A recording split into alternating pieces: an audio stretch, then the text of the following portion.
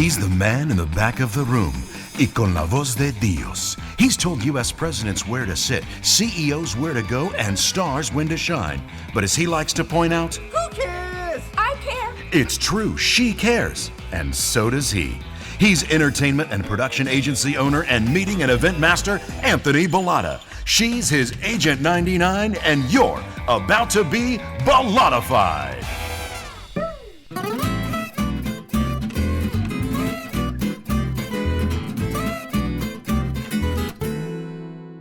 Hello, friends, and welcome to another episode of Bollotta-FIDE, the one and only pod about events, entertainment, and engagement. I'm Anthony Bollotta, and I'm here every week, as I am with the delicious, always optimistic Alexia Cristina Postelidis. Opa, Alex. Opa Pulaikimu. Tikanis. How are you, my friend? I'm peachy. You're peachy? What's not to be peachy about? There's so much to not be peachy about, so I'm going to be peachy. I like that you're going to be peachy, and that makes me happy. It's a good thing to be. You know, it's just the way it has to be, I think. I just think it's the way it has to be. It's going to be a crazy ride these next few years, and I think we're already feeling that. There seems to be a lot of confusion and consternation about what's going to happen, and for our business, that can be a bit of a downfall when executives, when companies are not real clear about the future. They tend to put a halt on spending and cancel plans and wait. And so I'm just hopeful that that isn't what's going to happen for the next 4 years. I'm hoping that, things will change and people will start to see their way clear of what's happening now. I think, based on the trends that I've been seeing, I think it's not going to be that long. I think maybe the next 2 years might be a little rough, but I think it's going to be okay. There's a lot of people rising up, standing up. As we say in Miami, from your mouth. That's right, from my mouth to God's insert ears. deity here. Yeah, exactly. And you've been busy, so that's good. Yeah, You're I've been extra busy. busy now. Well, I'm sort of my focus has changed a bit in the last month. Something completely unexpected. I'm taking over a class for our friend Jay Sheehan, who's been on this podcast, as you know, at SDSU. He teaches a class called Event Coordination in the Entertainment Industry. And so I found myself teaching that class. He's on sabbatical this semester. And, Jay's approach is a bit different from mine. And I can understand why. The students, his focus is really more on concert production, music production, public venues. And it seems that's where the students' interest lies. And so I feel tasked with teaching them more about the private event sector and the possibilities in the private event sector. It's a bit more difficult to navigate. You have to consider things that you might not consider when you're doing a public event. But I feel like that education is worthwhile. If you can do a private event and you can satiate a group of people and plan entertainment for a specific demographic, then I think you can do it for the public. That's my take on it. So I'm teaching them about building an event entertainment plan and then being able to execute it. And we'll see how that ends up at the end of the semester, if they get it or not. It'll be so very not interesting. to get too into the weeds with this, but you just did spark a question. When you're doing a private corporate event and you have more control and know the demographics, what challenges when you're doing versus you're doing a public event and you have an idea of what the demographics are going to be? What's the difference there? How do you have control over a public event because you're going to have more control, I would think, over a corporate event. I'm not verbalizing this correctly. When you know you're doing a corporate event, a private event, you know what your demographics pretty much are versus a public event where you might not. How do you navigate those two differently? Well, when you're doing a public event, you are determining the entertainment and building a case based on the fact that that entertainment has a public that would be willing to purchase tickets to see them live. That's what you're betting on, that there's enough interest in the marketplace. You also are going to bet on a venue that will accommodate those people. In other words, you're not going to rent a stadium for a band that will only has a very small following. You're going to get a venue that is appropriate, that fits that target, and that you can fill. Because at the end of the day, as long as you make your numbers as a promoter in the public space, and you sell those tickets, and there isn't anything that happens to cancel the date, you'll make money. If you sell out, you'll make money. If you have to turn people away, you do that with the knowledge that you're making money. It's different from a private event when you have a specific demographic and you really have to know the resources that exist and that you have access to in order to satiate that group and put in front of them the right kind of entertainment that is going to speak to them directly. If you miss on that point, you've missed entirely, and you run the risk of the audience not engaging, leaving early, talking over what's happening, just not being a part of it. And so that's the difference. That's what makes it a bit harder, I think, in the private space. Let me just say this. It's harder to find the right entertainment in the private arena, but it's more of a financial risk in the public arena because you're using your own dollars. Yes. Or the dollars of sponsors as opposed to the dollars of your client. Does that make sense? Beautifully explained. As my father would say, thank you for the edumacation. Oh my goodness. I'm educating myself all the time. It's what we do. No, that was a lovely answer. I think that was beautifully explained. And while I kind of understand the difference, that was that really opened my eyes to where the difficulty lies with each option. Great. And you know what? It's a great question to ask today because we actually have somebody on the line with us who is in the public space and will educate us, I hope, today on some of the challenges that he faces being in that space. A space, I might add, also accommodates private events. So why don't we introduce him and we'll get into the conversation. Sounds good. Okay, before we get started, if you're a new listener, please take this time to like and subscribe. Go ahead. We'll give you a sec. Why, thank you! So, our guest today, whom we're having on the show for the first time, is a seasoned leader in the hospitality, culinary, and special events industries. He's actively involved in key industry associations, including PCMA, MPI, and AAF. He is a member of Search 100 and the immediate past chairman of the Search Foundation. As the director of events for Forward Hospitality Group, he drives the development and execution of high-impact events. Please welcome Mr. Rick Turner.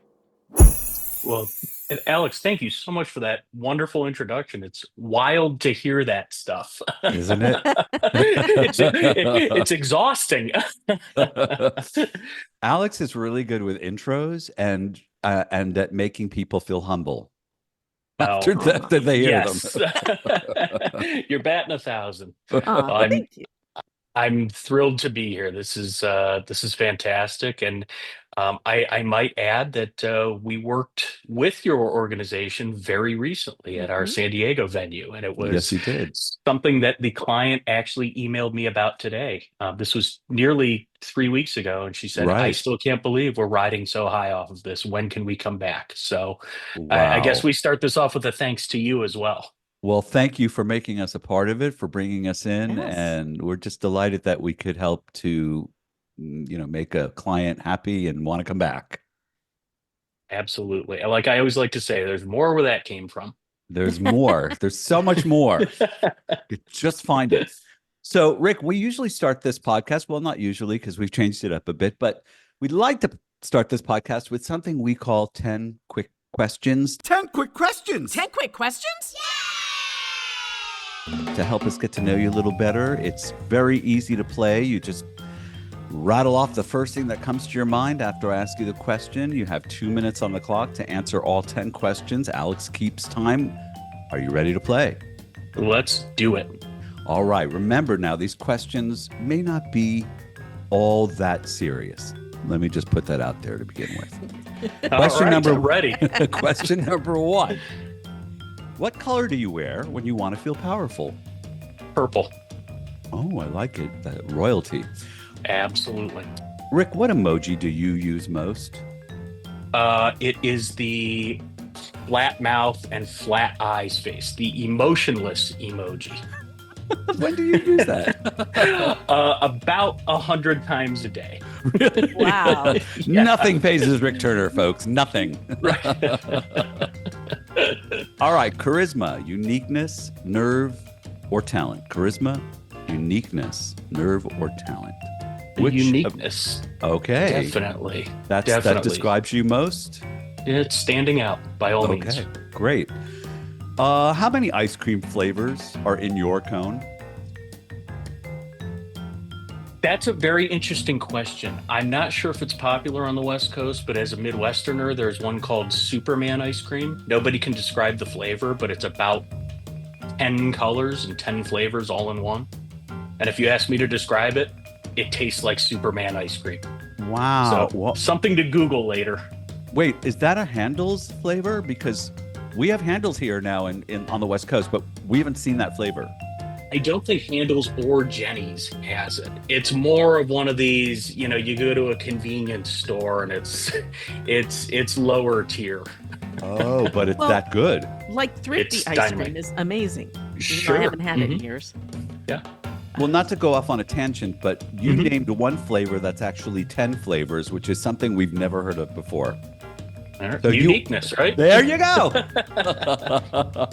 All right. Question number 5. What is the last thing you got in trouble for saying or doing? Ooh, that is a good one. Got in trouble for. I'm not really sure. There's times where I look in the mirror and I say, well, that was really dumb. So does something like that count? Well, I guess so. If you've got nobody in your life telling you, Rick, why did you do that? Or, asking you those questions or, berating you for leaving a closet door open, or then you're actually living the high life. I've streamlined my life to avoid any of those individuals or situations that would get me in trouble. How about that? Bully for you. Can you teach a class on that, please? Yeah, it's very expensive, but yeah, can definitely do so. For And sure. it's very I original. actually too. know how expensive that is. I'm right there with you. We're on the same wavelength. We yeah. are. All right. Other than Superman ice cream, what is your Mhm. guiltiest pleasure? Guilty pleasure of mine is coming home alone and making a small charcuterie board for myself for dinner.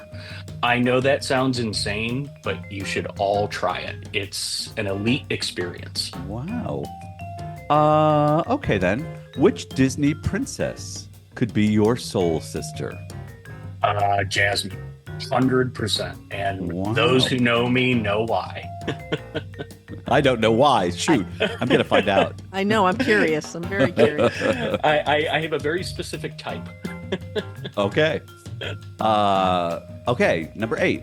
Which decade is featured most on your playlist? 1970s. There's a Ooh, I couple like reasons for you. that. It's Yeah. Grateful Dead that I'm representing today. It's Black Sabbath. But as we get into it more, disco and that 70s era is about 80% of my business. So that's a world I live in very heavily. Yes, yes, you do. It's an interesting dichotomy. Did you say Grateful Dead? Did you say Black Sabbath? Yes, both of those And disco in the same sentence. in the same sentence. Three Wow. worlds colliding, right? That's right, right. I just want to share, I actually have on my Pandora versus my Spotify, but I have created a channel called Happy 70s. So it's all it's 70s music, but happy 70s music. You know, happy 70s, not a lot of negativity in 70s music. No, a lot of hope. Yeah. hmm A lot of Great way of goodwill. putting it. Let's come together. Let's make this work, right? We could choose that kind of music right now. Yes. Number 9. What do you like least about your job? The thing I like least, the thing I'm not an octopus. If I had another hour in the day or another set of hands to type or another set of feet to get to an airport, I would be far more efficient.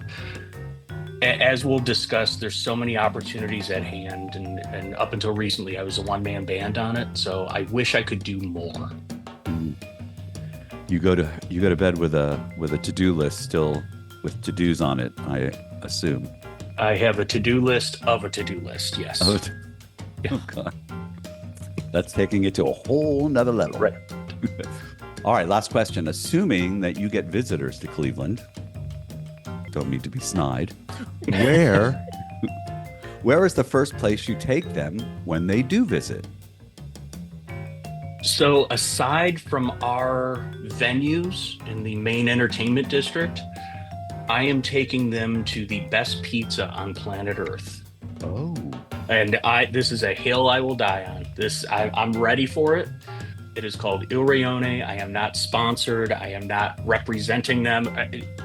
But it is the restaurant high school me would have opened. It's 4 pizzas. It's a couple beers. It's a couple wines. It's, the Mexican Coke in the bottle. It's perfect. There's no reservations. There's no delivery. It's just a hang. It's a perfectly curated vibe. I'm going there Sunday, as a matter of fact. Oh goodness. Well, pizza is my love language. Just I can There eat you go. pizza every day, pretty much. I'm a pizza snob, so now I have to go and try it. Now you have to go. Absolutely. Fun fact, I just had a meeting with the Cleveland Cavaliers today, and anytime they are bringing a new player or office talent into town, that's their first visit. So could you tell us the name of the pizza place again? It's Il Rione, ILRIONE. Il Rione. Mhm. Rione. Rione, yes. Rione. Excuse me. Il Rione. What is it about their pizza? The simplicity of it, but again, it's really just the vibe. It's an open kitchen. It's a 150-year-old house that they just turned into a dining destination. So it's raw brick. It's a very chill kind of hip hop soundtrack to it. Serving staff is very conversational, which is something that I love. It's not the standing there, I'm here to take your order. It's like, so how are you feeling tonight? What are you into? And I just think it all kind of comes together and really creates a one of a kind experience. And you said 4 pizza, but I'm thinking you meant it's a place that only serves pizza, that they don't have just 4 pizzas. It's only 4 pizzas, 2 Oh. salads, and a charcuterie board. The menu is very limited. Wow. It's what I like to call idiot proof. What? Yeah. That takes the stress off as the diner. That takes the stress off. Sometimes I feel bad Absolutely. if I go to a place repeatedly and I only get the same thing. I wouldn't feel bad. I'd go and Sure. if they have a true margarita pizza, those are hard to find in the States. If they had a true margarita pizza, I would be there at least once a week. And a menu like that helps you avoid that Cheesecake Factory anxiety attack. Mhm. Yeah. Yes. We just went there a few weeks ago and had that attack. What do we order? Right. Do they change up the Right. pizzas? I don't mean to go on a tangent about pizza, Sure, but no. it is lunchtime. Did they do they change them up? Did you say Yeah, yes? there's some seasonal ones, and then they, just as with so many operations now, they're very Instagram heavy, so they will go to their fan base and say, "What do you think? Should we do this? Should this stay? Should this go?" Power to the people. Well, we just lost a pizza place here in San Diego. We can't even remember the name of it any longer. It's been gone for a couple of years now, but it was one of those pizza places where you could get pizza of all different varieties, but it was limited. It wasn't like you had 100 options when you went there. You had maybe 7 or 8 options, and they were sometimes different, but they were really unique Hmm. pizzas. It was really interesting, and we missed that. We missed that. So we might have to come to Cleveland to go have I pizza with you. I think you should. There's a lot to do here. It is a lot of fun, and anytime I've had West Coast visitors, before they departed, they were planning their next trip back. Really? Really.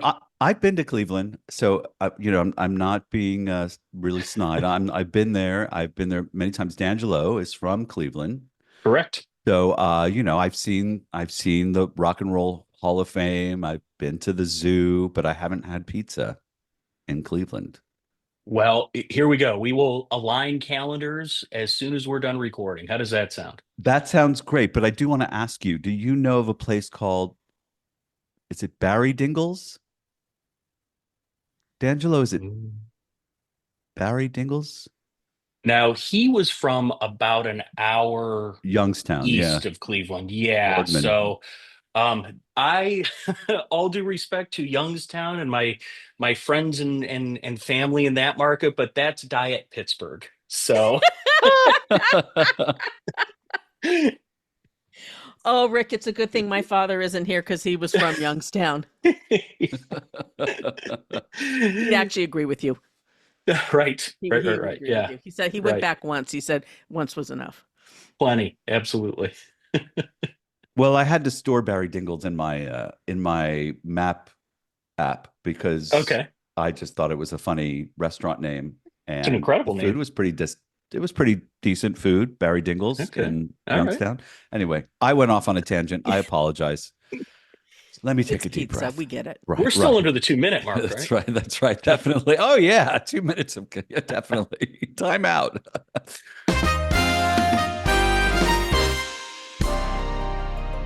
All right, so you are the director of events for Forward Hospitality, and Forward owns a number of venues in the United States. I think you opened one in Miami, or one is opening there, and you've got one here in Correct. San Diego, and you've got several in Ohio. Tell me what you do as the director of events, and tell me a little bit more about Forward, if you would. Sure. So, Forward, in its current iteration, basically started off in 2015 here in Northeastern Ohio. It was a group of very talented individuals, Michael Schwartz, Bobby Rudder, Dante Deanna, that came together with different backgrounds, different business acumens, and they took a giant risk and they opened a 20,000 square foot Las Vegas style day and night club on the banks of the Cuyahoga River in an undeveloped part of town, and it didn't have a roof. So within a handful of years, it has become what a lot of headline performers call the Ibiza of the Midwest. Hmm. It is the most popular destination between New York and Chicago for 3 months out of the year. Um, Bobby has described it as, going back to ice cream, your favorite ice cream place. It's only open during the summer. So all fall and winter and early spring, you think about it, think about it, think about it. So the moment they open up, you are the first in line and you are subscribed to it. You are committed to it during that window of time. So we have a very dedicated fan base. We have brought in major headline entertainment. We've done a lot of great things there. And to be honest with you, everyone was rooting against it. They said, there's no way this is going to get up off the ground. There's no roof, and this is very laughable. And it was an absolute home run. So that was the start of quite a few different destinations and venues that we've kind of um, brought to reality over the past few years. I had kind of stumbled into it, interestingly enough. I spent a couple of years working for the wonderful Andrea Michaels in Los Angeles at Extraordinary Events, and was overseeing Midwest sales for the company. And on one of my site visits, I was introduced to one of the owners of Forward. And I said, I can't believe this is a real place. This is incredible. This is amazing. And we got to be close over the course of about a year or so, and we wound up hosting an event there. It was the only place in Cleveland that you could do 1,500 people at any given time. So when we were having our post-event conversation, he said, we'd love to do more events like this. How do we make it happen? And that conversation rolled into me becoming a consultant for the company. So I helped them out with a little bit of the development of their event program. I brought some clients in and some things like that. And by about 2019, I was in a full-time role with the company. I was the operating partner for two different venues that we had in one of the inner ring, very affluent suburbs, and got those up and running and got them through COVID, which was a challenge, as it was for the entire industry. Hmm. But we really held our ground, and we took advantage of the real estate market, and we took advantage of the fact that we could go to our customers and provide a safe and one of a kind experience for them. And that dedication and success, led us to where we are today. So we currently have 17 venues operating in five major markets. As you mentioned, I have Miami opening. I have Delray Beach opening, both in the next 60 days or so for either of those. San Diego was our most recent opening. So that's right in the gas lamp district. And we have concepts that are in very high demand. We get a lot of emails and calls from developers and investors saying, what, we love this, or we heard about this, where can we work together? Where can we bring more of these and copy and paste them? Mm. So it's been a lot of fun. Rick, how do you determine where to open, especially if you're getting all of these offers and interest? How do you make that determination where to open a venue such So, as this? so leadership is very, mindful of, what markets are going to support this. A great example is St. Petersburg, Florida. Never would have thought that was a major destination that's, between Tampa, which is, business and conventions, and then Clearwater, which is very resort driven, and St. Pete, a little more residential. Not a ton of corporate stuff there. You have the Rays stadiums and things like that, but one of the operating partners spent a significant amount of time down there and said this would be a great market for us. Found some properties there, and they took a lot of the risk on their own shoulders and went out there. And as a result, we now have 5 properties in St. Pete. It was Wow. just one of these, let's get down here, let's see what's going on. And the demand was there. It was something new for them. And to this day, some of our St. Pete properties are the top performers in our portfolio. Wow. That part of Florida has experienced quite a bit of growth in the last uh, 5 years, 10 It sure years. has. And I think the same can be said about Delray Beach, which is an interesting choice for a location. If memory serves, it's right below Boca Raton, It's right above right Boca, but above right Boca, below West West Palm. Palm, hmm West Palm, right? So, and you're opening there, or you've already opened there? So we are opening there. That'll be within the next 60 days or so, targeting, late April.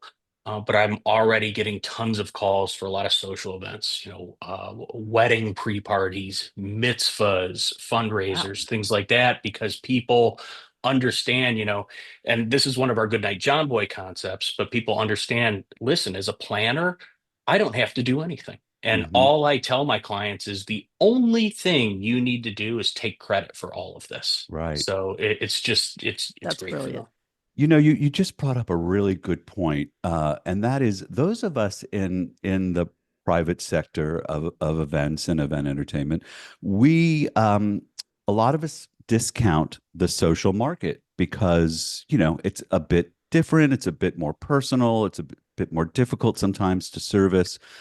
But you just hit it right on the head. When with a venue, when you're in a new city, the first people that want that new venue are the people in that city that are throwing events Absolutely. because they want something different. They want something that nobody's been to. That's the cachet that they're looking for. And that's what you get from being open and available to the social market, which obviously intelligently you are. Mhm. And I just wanted to point that out that, to have a variety of income sources that you tap into is really the way to go to keep a business running. And obviously you've managed to see that already in the first 10 It, years of your it's business. it's really being the new toy in the toy box as often as you can be. They want the new, we were here first, here are my bragging rights. And that translates over to nightlife. I mean, how many times do you scroll through Instagram and it's people paying for bottle service and people that they don't know in their section just for that whole kind of look at me type of environment? But we're taking this from an event standpoint and saying, listen, this is the newest place to do things. You know, there was a great movie years ago. I believe it's called Keeping Up with the Schwartzes, and it's about competing mitzvah families. And well, we can't do it here. Right. Miriam had her daughter's bat mitzvah there. You can't do it. So by doing this, those who get to that finish line first, they get those bragging rights. So it's kind of fun to sit back and watch. They don't realize they're doing it sometimes, but we all kind of know. Yeah, we all know. We all know. So, if I could just go back to the venue in Ohio, the open air Mhm. venue that you Mhm. have and you run for 3 months, is that a concert venue? It is. It's a live performance venue. Just this past year, we had 50 Cent, we had Rick Ross, we had John Summit, we had Two Friends. I know you asked me about music earlier, so I'm not up to, who's great at turning knobs and DJing. But the biggest names in house and EDM music come to Forward every year. If you're seeing them in Vegas over the winter, you are 100% seeing them in Forward over the summer. Wow. So, are you then, as the director of events, are you tasked with the responsibility of booking those acts, or do you have somebody on staff that deals with that as well? No, fortunately for me, I'm not, but we have an operating partner in the Cleveland market. It's a young guy. I think he's 27, 28. Mitch Vargo. He runs circles around people. He's just the best at what he does. Started off as a VIP host, and in a very short amount of time, he's become a partner in the company. He lives in that world. He worked for Dave Grutman in Miami. He speaks that language. It's a very unique skill set, and he's frankly the best in the business for it. So over the winter is when you're scheduling, when these people are in town and where are they on tour and how's it going to work, and getting sponsors and buy-in involved. Mhm. And I mean, there's hundreds and hundreds and hundreds of moving parts Mhm. that are associated with it. So beyond that, and then just operating the space, I look back, and even meeting with him today, I said, I don't know how you do it, and then conversely, he said the same to me with, 17 venues and about 80 events a month. So we are all doing a lot anymore. Well, that's a good thing, I think. Keeps us out of trouble. That's what they tell us. I think so. Yeah. I think so. Yeah, my nose has been pretty clean. So.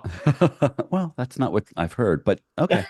Uh, so could you give us an idea of some of the events that you do over and above the concerts and the bar mitzvahs, bat mitzvahs? Sure. San Diego is a great example with our Goodnight John Boy location, just a handful of blocks away from the convention center and the Gaslamp district. I'm very heavy on that convention calendar. And, we're always looking at who's coming into town and again, providing that turnkey Tylenol, if you will, to a planner's headaches. They don't have to go and redecorate and kind of reinvent, a space, whether it's a hotel ballroom or whether it's another specific venue. We have a theme in place.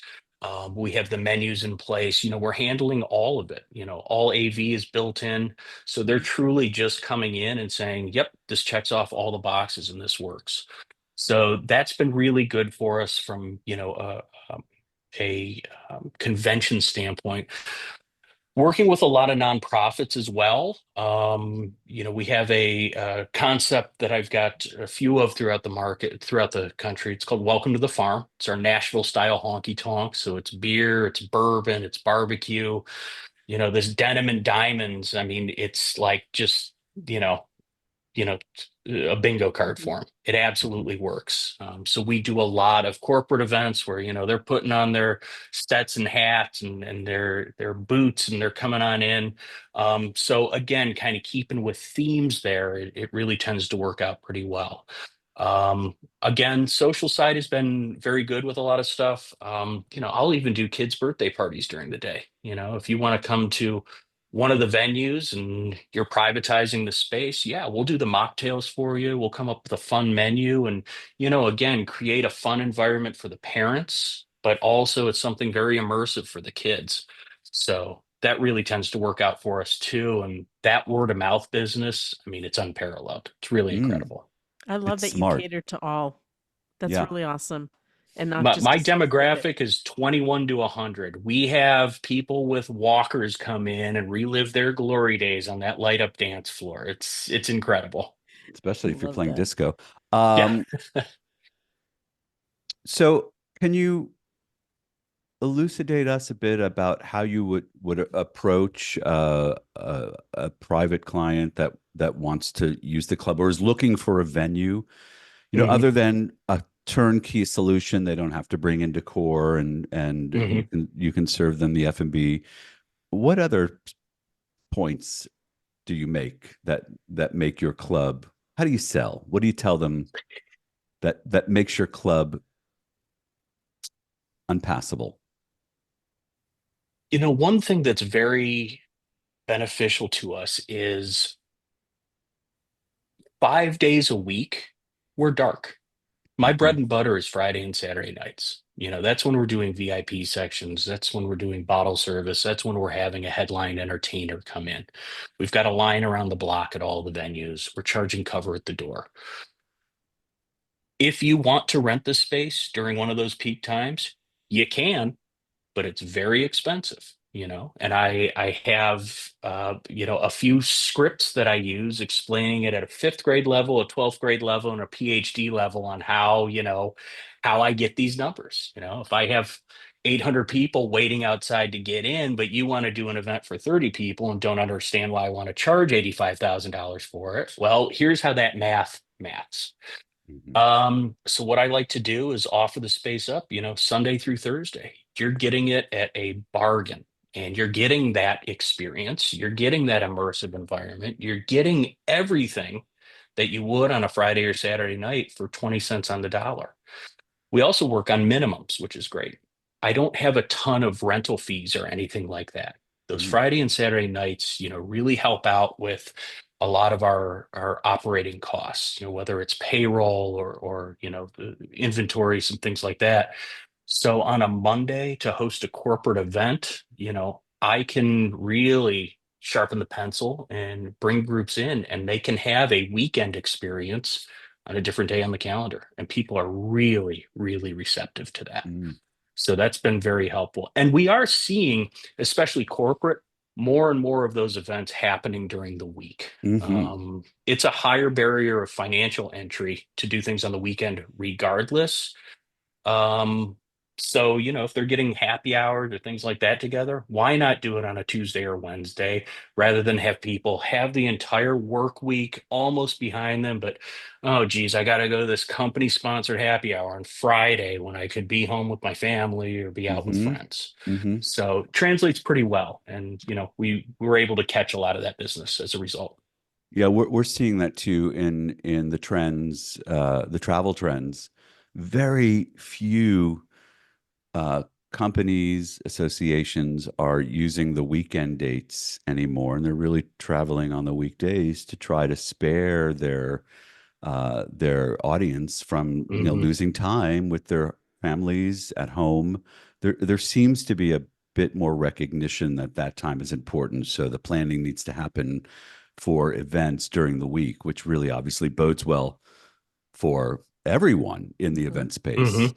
the venues, the bands, the florists, the caterer, everyone, right? Because they're basically looking to spread out their business throughout the week if they can. Weekends being the most popular days to do an event.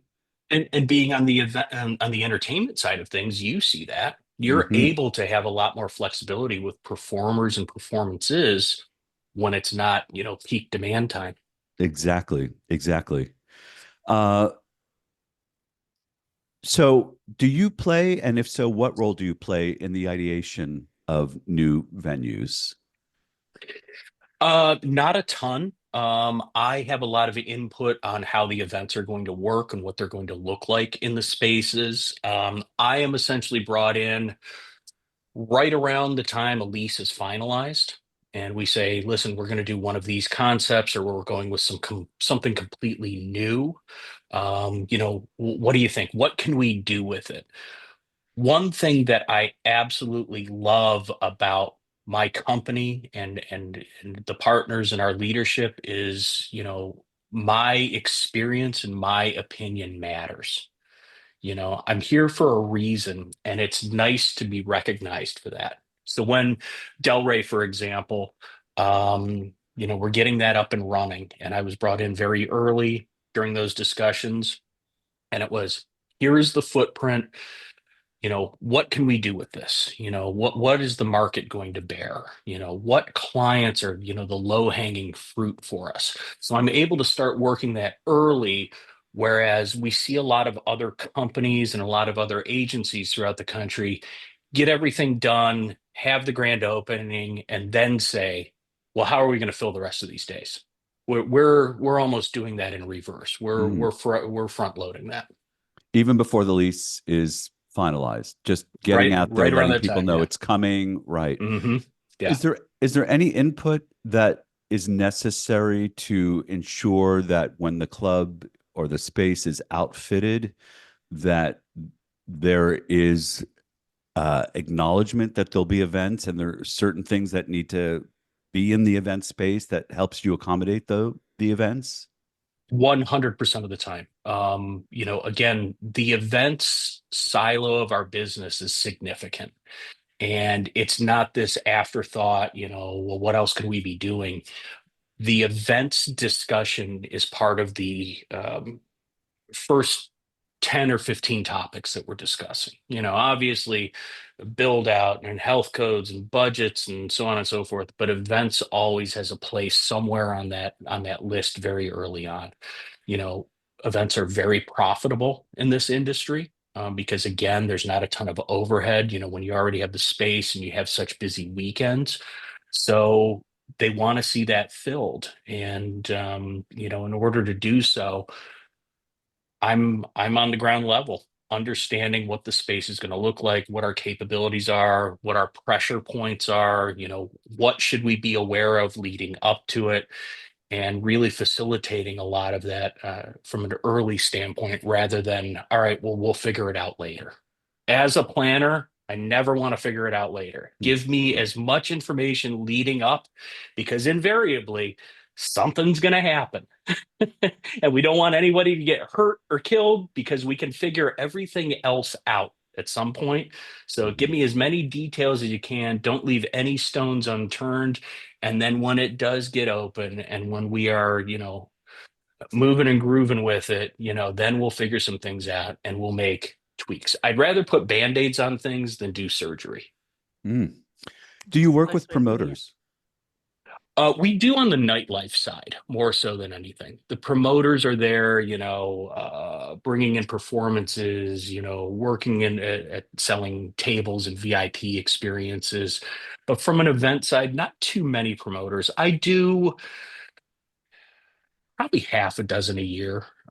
We really like to have a little more control of our Mhm. brands versus, letting someone go ahead and sell a bunch of tickets and then not knowing what's coming in. It could Right. really backfire on you. And, fortunately, our leadership is seasoned enough to have seen that happen to, other operators, and we've been doing a very good job of guarding ourselves against that. Promoters coming in, and is there a danger in having their attendees in your venue, or is it what is the concern? The concern is the brands that we've built. Forward, for example, with it being such a magnetic destination and being this, kind of iconic spot in the Midwest, we just don't want to open it up and offer the space to anyone. We want to have control over it. This is something that we built, that we own, that we are passionate about. So we'll certainly do events, but not necessarily let someone come in and, produce their own concert or treat it almost like a arena or an amphitheater or Mhm. anything like that.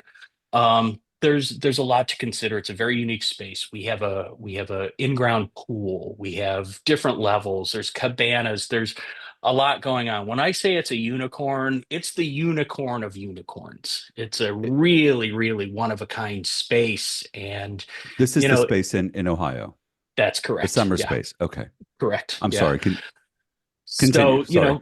really just want to kind of maintain control of that space.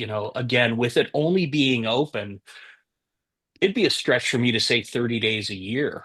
We don't want one program, one experience to kind of create a challenge for it and turn any of our fans away. Mm. So by maintaining, our own security, our own staff, our own everything, it helps protect that. Our own director of events, I would assume, that can really Yes. handle the bulk of the work and deal with the events that come, so that you don't have to engage with club promoters, Correct. right? Exactly. Uh, so you caught on to the 70s trend in hmm 2023. A lot of your clubs hmm you mentioned earlier have a 70s vibe, a 70s theme. What trends are hot now in the restaurant and venue space? So we just opened in the last year two similar but very different venues. One of them is called I Hate Cowboys, and we get a lot of, what does that mean? Well, I Hate Cowboys is our, if Welcome to the Farm is our Nashville style honky tonk, um, I Hate Cowboys is our elevated, sexy Rocky Mountain Tom Ford Western experience. I always tell people that Welcome to the Farm is old beat up rusty pickup that the ranch owner drives around to check on things, and my rich uncle is his wife's Range Rover. So it's a very unique vibe. It's very high-end cocktails. It's a massive bourbon and mezcal and tequila allocation. It's all done in leather. It's dark. It's dim. It's acoustic. It's plush. It's lovely, and it's small. So while I have, beer towers and buckets of Coors Light going out next door at Welcome to the Farm, across the way, you're really enjoying this really great smoke infused, Weller bourbon with, a story behind it, some really elegant fried chicken aspects to it. And it's a great date night, before dinner, after dinner spot. Mm. So we've seen a lot of success there. And I'll let you in on the I Hate Cowboys kind of secret. Our partner in the Welcome to the Farm ventures in I Hate Cowboys is Chase Rice. Chase was a reality television star. He's a Grammy nominated Nashville singer and songwriter.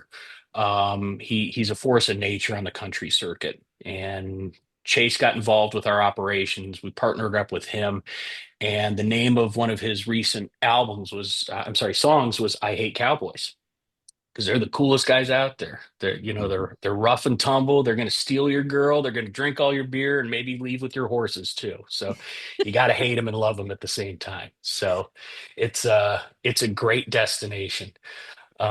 Conversely, we opened another very similar spot in St. Pete called My Rich Uncle, and it's a throwback to the heyday of Frank and Dean and Sammy and those guys. It's very Vegas. It's very velvety. It's very it's dim. It's plush. Again, it's cocktails. It's very big on the bragging rights. I think we have some shots there that are over $1,000 each. So it's Wow. that big, and we're talking St. Pete. So, everyone's a There's diet money. millionaire down there. Yeah, absolutely. So they're coming in Sarasota, to, right. be the coolest kids in school. And Hmm. it absolutely works. So My Rich Uncle is, one of these ultra lounge destinations that, it's kind of, you got to look the part and act the part to get in. And we've seen a lot of success with it. I'm a Floridian. I was born in Florida. And if you don't mind me saying, I think you've nailed it right on the head when it comes to building venues in that state, because it is definitely a look at me space, a look Sure. at me state. People Hmm. love to showcase their wealth and their accessories. It's one of Sure. the it's definitely one of those cultures. You hit it right on the head. It's been almost 10 years now, right? That you started the business. 2015 was the first club. Correct. Hmm. So now that it's been 10 years, are you looking at refurbishing any of the clubs or changing themes of any of the clubs? Is it and if so, what brought you to this point? So that's an ongoing discussion and it's ongoing activities. A great example is our Goodnight John Boy concepts. Our first one opened in Cleveland in 2021, and we had a year to build the space out, and we did one of the first light up dance floors in the space. Hmm. And you know, you'll probably remember, it was a lot of DJ companies that would have these light up dance floors, and they'd bring them into the Marriott or Hyatt ballroom and they'd do a wedding or a mitzvah and then they'd pack it up and it would go away. Well, that's what we started with. And we found out very quickly that 5,000 people a weekend destroy a dance floor like that Uh-huh. very Yeah. quickly. So we are on our fifth and I think final manufacturer of these dance floors because we were switching them out every year or so. Sure. And these manufacturers are coming back and they're like, what are you guys doing to these? Like, are there elephants? I mean, this is unbelievable. And we would send them videos of the club and they're like, oh my gosh. So, San Diego's a great example. We now have, it's almost like a glass block system that's in place because we've kind of changed that industry as a Mhm. result of these five John Boy properties, in getting a product out there and doing some real testing work for them. Yes. So something like that is ongoing. Our contractors always joke, they say, you're the only clients we have that we are installing shag carpet and putting up paneling. Like normally we're tearing that down. We're taking it down, right? Yeah. So we've got a warehouse here in northeastern Ohio that's just filled with it, vintage wallpaper and, all the tchotchkes and album covers and things like that. And we're switching those out on a regular basis because we live and die by Instagram. The camera eats and drinks and parties first. So that's really important to us. Um, as far as some of the other spaces, you bring up that question about, and I'll use Forward as an example. Since it's the new toy in the toy box every summer, the only thing we've changed with the space is updating the technology every year, Mm. putting in different LED walls and keeping up with those trends. Is there a new speaker system that, we can fine tune even more? Are there different boards we want to put in? Things like that are really what's making that space different. Um, and then obviously just following a lot of the trends. There's the big boys in Vegas and Miami are doing it right.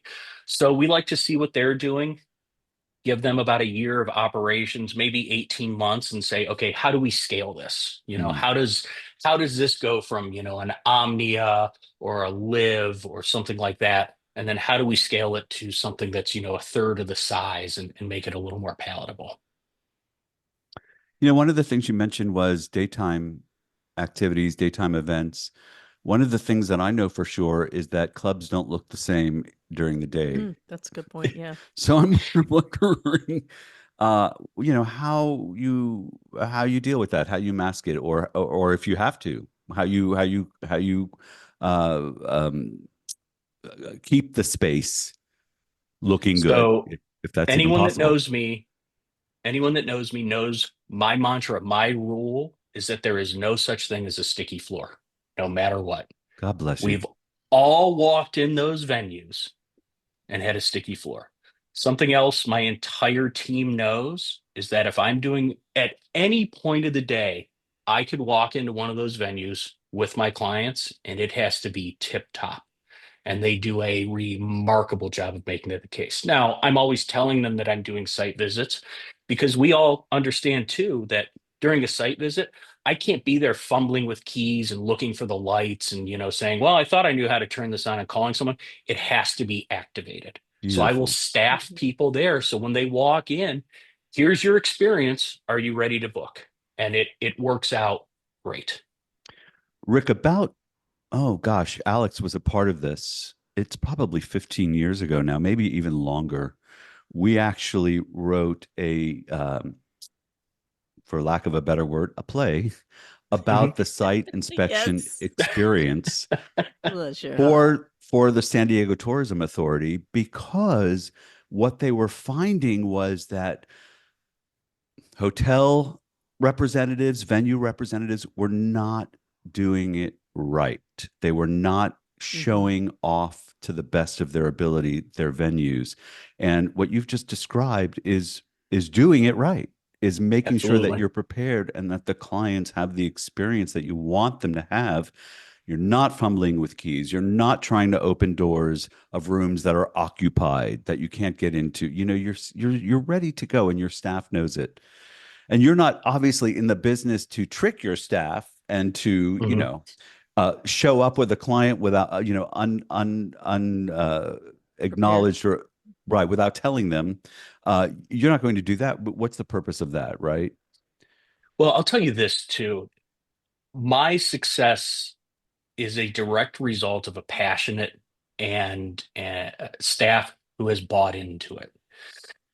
Early on, they were like, why do we have to come in on a Tuesday? Like, this is crazy and so on and so forth. But they saw the financial aspect of it. They saw that there is a blueprint. It's not us opening the doors and saying, well, we have these tables sold tonight. We hope to be busy. It is a roadmap from beginning to end on what to expect. It is all spelled out. I am an over communicator, and thank God for Triple Seat, the greatest software program I've ever used in keeping my life in order with it. But they have all subscribed to the fact that events are good for all of us. So Mhm. we are going to go the extra mile for them. I mean, it's work, right? And it Sure. means that you're ensuring your staff work during days of the week that they might otherwise not have it. Absolutely. And I Absolutely. imagine you're just eliminating a level of stress because we all Sure. know how stressful this industry can be. And with that level of preparedness, not just for you and the client, but for your staff, that it's an Well, enjoyable experience. and our guests, our participants, I think overall, even on the nightlife specific side of our business, we have a elevated level of guest that is coming in. Their expectations are very high. They're spending a lot of money with us, and we treat them that way. And specifically for our events, our staff loves it. We're bringing in a different, entirely different audience for all of them. And they can kind of show off to a new audience who maybe be like, all right, yeah, yeah, yeah, whatever. But, to corporate people or someone in town for a convention or, doing a mitzvah, they're on stage. They're the star of the show. They love that stuff. They eat it up. So it's really fun to sit back and watch. That's great. You know, you have a lot to sell. You have a lot of clubs to sell. How flexible are you with the packaging that you sell? Are you pretty strict on what you offer to private clients, or are you try to maintain some flexibility and work with them and give them things that are important to them? What is your style? I'm always very flexible. I wouldn't call it generous per se, but I'm definitely kind. And I really put customer satisfaction and customer service, really front and center. My background in the very early part of my career in the 90s was hotels, and you did whatever for a guest. You'd get a call and you'd have to deliver something weird to a room. And then from there, I moved on to live entertainments, working with headline performers and, reading through these riders saying, why do they need 30 pairs of socks? And you just have to do it, first off the bus, last one on, and making Right. sure, Lil Wayne made his curfew and all three members of Blink 182 were there. And it's really translated to, that being in front of the customer as well. And, you know, closed mouth doesn't get fed. If they ask for it, we're at least going to have a conversation about it, and I'll always see what I can do for them. Have So you ever had it's fun. to just draw the line and say no because it's not in the best interest of the club? 5 times a day. Yes, we get some groups in that sometimes their message or their cause is not something we would align with. Um, we've had some groups in who have requested space with just, want us to spend tens of thousands of dollars in labor, and completely change the space. And, listen, you're better off going somewhere that's a blank canvas. We've Right. spent Right. a lot of time, effort, energy, and passion, putting these spaces together. So you're coming into a disco or a ultra lounge. I can't turn it into a carnival or a turn of the century, French Renaissance destination for you. It's just you. But I always have a solution for them. I say, here is who I would work with. Here is a destination. With 30 years in the events industry, Mhm. I've got, and I'm aging myself here calling it a Rolodex, but yeah, the Rolodex is substantial. That Rolodex, that's coming back. I'm telling you, I, it's coming back. I Uh, have three of them that I haven't gotten rid of, and so yes, we're on the same page here, I Anthony. actually need some Rolodexes because I have cards everywhere, just everywhere. Uh, one of the things that I teach students is not to fight the venue, not to fight the space, I should Mhm. say, which is to say that if you go into a space with a certain vibe, a certain feel, don't fight it. Don't try to make it something it isn't. Work within the space guidelines and use the space to the best of your ability and Mhm. showcase it to the best of its ability. Don't, try to hang fabric over it and change it. It's senseless. It's go to Sure. another space, as you said. Just find Sure. it, find another space. So many people try to fight the space that they're in, and it doesn't make sense. We hosted the ASAE conference in Cleveland this past Mm. August, and they didn't have space for 2,500 people, and I raised my hand and I said, I do. So we brought them in, and they said, well, this isn't necessarily the theme that we wanted. And I said, okay, we'd love to have you. Are there any considerations? And they said, well, that's exactly it. We love these spaces. We're going to crumple up and throw out our theme and make it work with this. So that was 18 months of work back and forth on it. I had the Mhm. pleasure of working again with Joe Minio on it and, some Hmm. other great vendors in town. Mhm. But it was one of these things where, you know, if they squinted, they could kind of see it. And I said, listen, we've checked off every box except this one lingering theme. If that's really your pressure point, if that's the logjam here, we can work with you on it. But I think you're going to be really happy with the incredible results we're going to provide. Mhm. So we did it. It was an absolute home run. Good for you. That's a great group to be in front of too, ASAE, like PCMA. Both are great groups to be in front of. Absolutely. I really understand the importance of, industry organizations and professional organizations. Frankly, it opens so many doors for me. I've made so many wonderful personal and professional friends and colleagues through all of it. It's something I really value and Mm. really try and spread that message with everyone. So Rick, I would be remiss if I didn't bring this up. You worked for Andrea Michaels. Mm. I did. We consider her the queen of the Mhm. industry. He's it. She is it. When Andrea says it's this, we say yes, it is. It absolutely is this. Whatever you say it is, she is definitely the queen. So I'd like to know, what did you learn working with Andrea? I learned humility with Andrea. Um, Andrea is a powerhouse. One of Oh. my very early experiences with her, I used to see her speak at conferences and conventions and, winning all those awards. And, I was always in awe. And when I got a call from her to have coffee at the special event in Orlando back in 2014 or whatever, I I didn't know what it was for. And she said, I'm looking to expand, and your name's come up. So that was incredible. But Hmm. very early on, we had a program in Las Vegas at Mandalay Bay Event Center. So we had the entire ballroom there. I mean, we're talking 500,000 square feet. And she and I landed at about the same time, and we walked in, and they were making custom displays for us. And there was something that was off by, I want to say, 2 inches, 2 feet, Mm. whatever it was. And she said, I understand that this is going to be an all night job for you, but we've gone over this and I have all the receipts and it needs to be redone. And I'm sure there was some colorful language after we left the room, but they said, you're right, we're going to make it happen. The humility aspect was, Andrea told me it kept her up all night. And she said, I realized that, one person was kind of the kink in the chain that didn't communicate this, and so many other people were affected by it.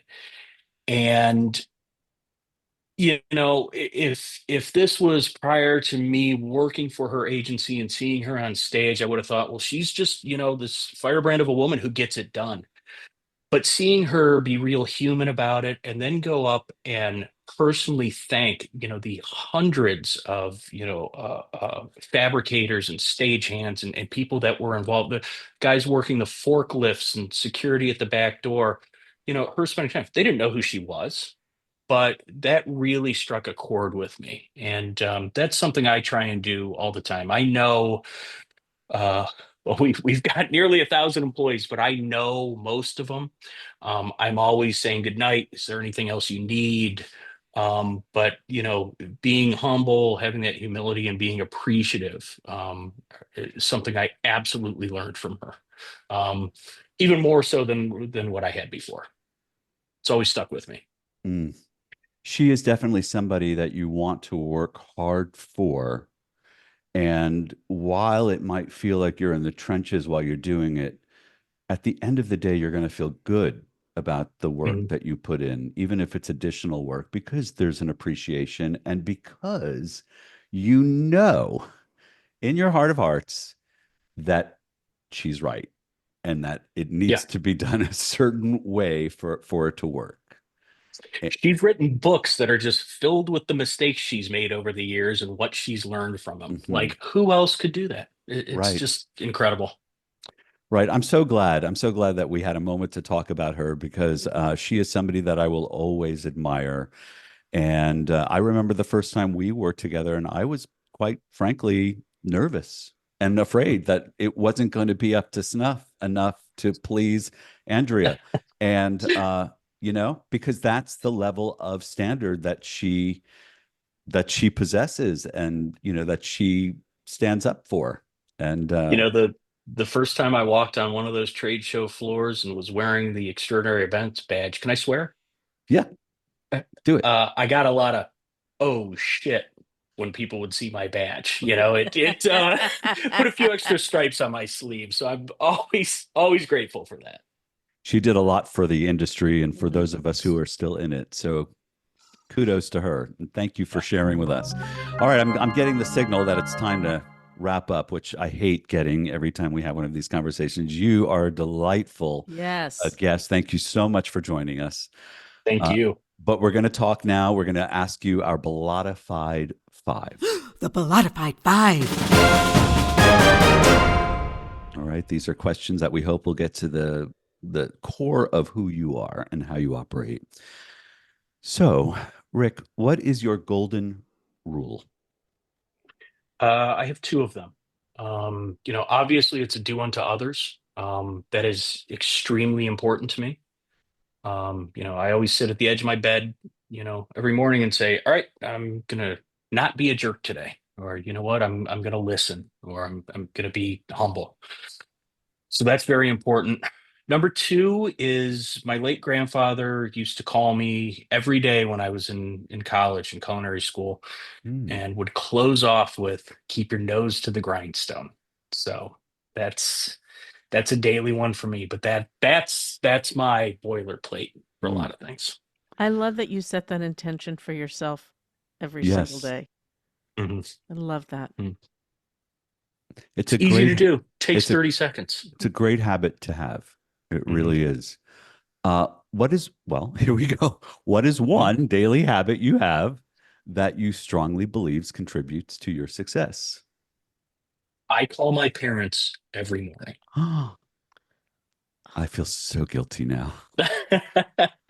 So my parents live 3 miles away from me. They are the best grandparents, the best parents ever, whatever. They're bored. They're both, my father's retired, my mother's getting there. But not only is it a check-in, is everything okay on their end? But they're free therapy. I can complain about things, and I'm their kid. They're going to love me no matter what. So I can complain about things, or, seek advice or seek insight. And, they maybe might not remember it that afternoon, but it's okay. It kind of cleanses the palate, getting it out there. And hearing their voices is important to me.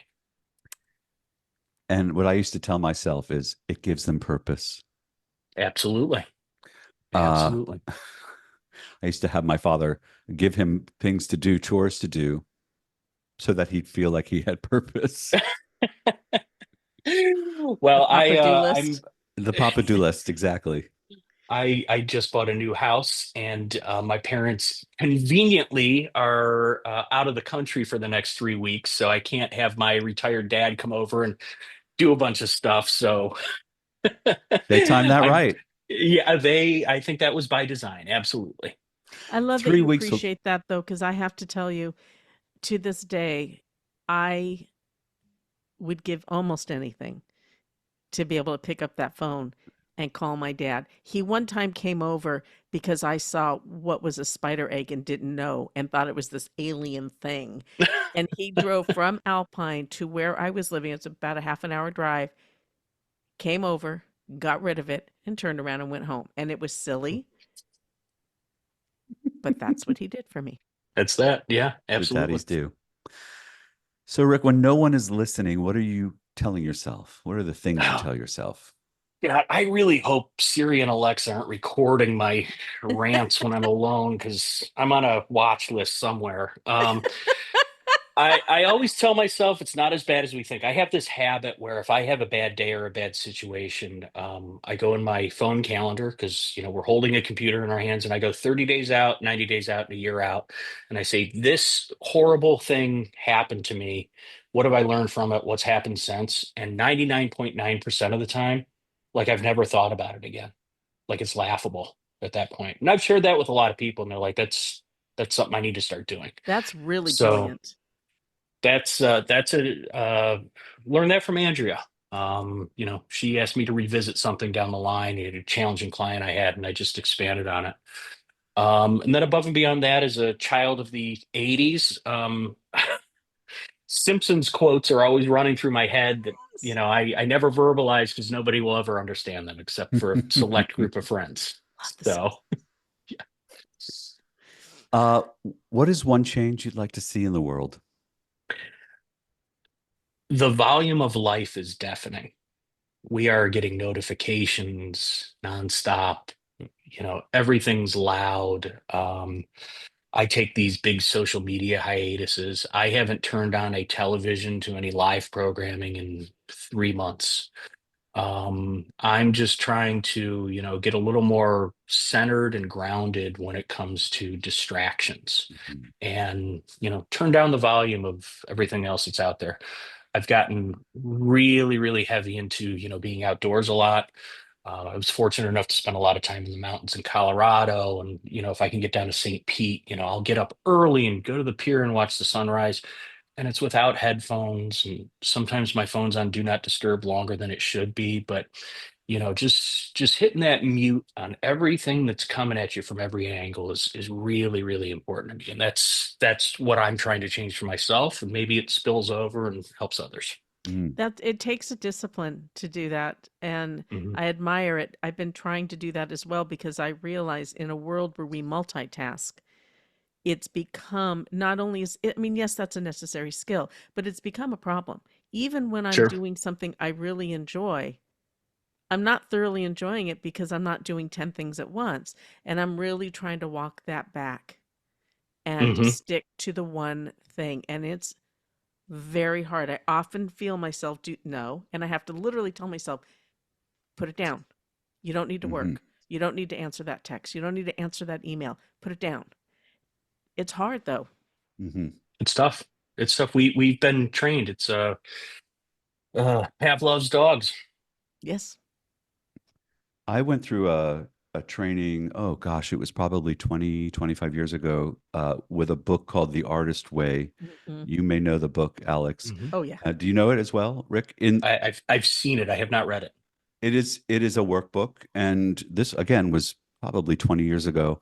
And one of the exercises is to turn off, is to not read the newspaper, to not watch TV, to not listen to the radio, to just turn off for a period of time so that you can actually refill with the things that are important to you and focus on the things that are important to you, because you're right. And this was Hmm. 20 years ago, Yep. before the I distractions, really started coming at us. Sure. So Sure. there's definitely wisdom in that. Thank you for sharing that. Mhm. And lastly, last question is always the saddest question. What is your why? What gets you up? What motivates you? It's not a sad thing at all. It's my two boys, my Mm. my 17-year-old Owen and my almost 3-year-old Aiden. So I'm at the finish line and starting line Yes, you with my are. two boys. I've got my oldest starting college in the fall. My youngest keeping me very busy. And ever since I became a father, it was this: you don't do anything for yourself anymore. Anything you do is for them. And they benefit from all of it. They've had some pretty cool experiences, and we've done some neat things. We've gone to some cool places, and I wish I could do more for them. And that's why I get out of bed every morning. A close second is this industry that's giving me so many opportunities and success and failure from time to time, and most importantly, the incredible people that I've met. When we signed that lease in San Diego and we're getting things rolling, those were very easy emails to send out and say, "Hey, I'm back. Like, when are we going to hang out again?" And it's been wonderful. And thanks to that, that's what's helped me, support and be involved with the Search Foundation for nearly 15 years at this point. It's near and dear to my heart. That's a flag I will always wave. I keep telling, you know, Kareen and Joanne and the whole crew there that the only way I'm coming off that board is in a coffin. So that's something I'm going to continue pushing for, and that's always front and center for me every morning and throughout the course of the day as well. And thank you for your service, and thank you for giving Search all the time that you do. I would imagine that now there is quite a need for the help of Search, especially, It's right? an unbelievable need. I mean, from Florida to the Carolinas to California, it's just my heart aches and weeps for all those affected. And I am just so grateful that we have an organization like Search that can help those that are affected. And we've had Kate Pate on this podcast, but for our listeners who are unfamiliar with Search, it is an organization, a nonprofit that was set up by the event community that helps those in the event community when they've suffered a catastrophic event.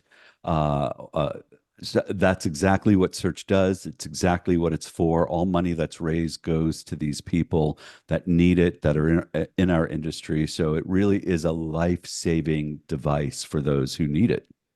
So thank you very much for guiding the organization for as long as you did and for staying as involved for as long as you will.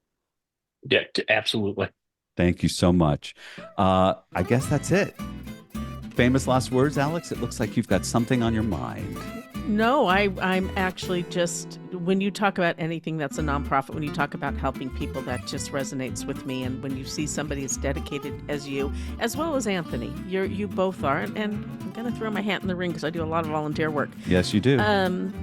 It's very near and dear to my heart, and it's what propels us, and it's what makes this world a better place. So thank you for continuing to make our world a better place. Mm-hmm. And for being such a great representation of our industry, and for reaching for the top standards and always putting your sights there. That's what we pray for and yearn for. And we're just so delighted that you're carrying forth that message. So thank you so much for all the work that you do.